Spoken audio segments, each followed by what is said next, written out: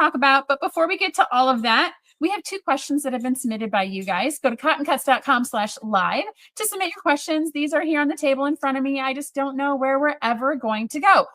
So our first question this week comes to us from Cecilia Drummond from Halifax, Nova Scotia. Thanks so much for your question, Cecilia. Cecilia asks, how do you think about backs of quilts? Are they an afterthought or as important to you as the top? Okay.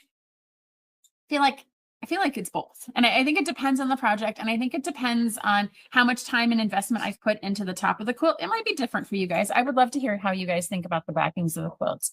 I think for some projects where it's meant to be an heirloom, it's a significant milestone type quilt. It's a quilt with a significant amount of meaning.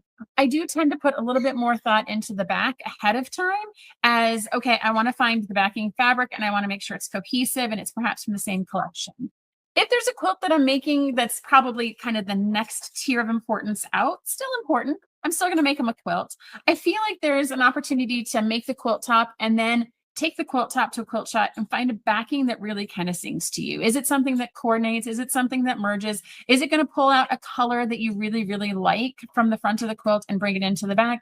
I think that kind of next kind of tier out is more opportunistic after I finish the top.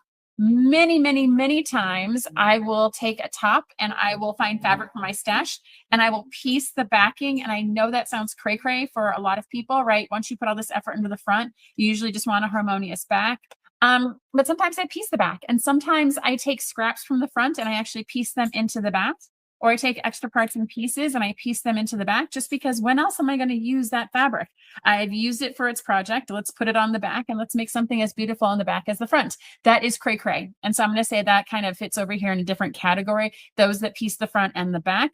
But I would say, Cecilia, it really depends on what the project is for and what is my catalyst for making it. If it's something that I'm just running into my quilt room and I'm like, hey, I just really want to finish this project, right? That's not necessarily something that I'm going to grab a project that might already be started or fabric acquired.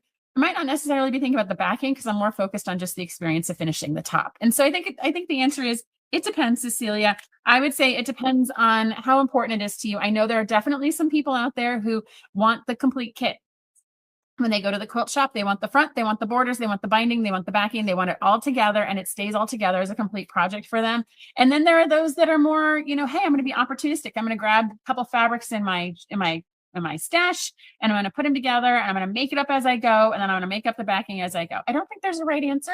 I think it really depends. And it depends on what makes you happiest as you're completing and finishing these projects. However, Cecilia, I will say, I'm excited that you're thinking about the backs of your quilts because I know many of us in our stash have completed quilt tops with no backs and they sit there until we eventually go through and do them. So I think, the thought that you're thinking proactively towards how to finish the quilt is a positive sign.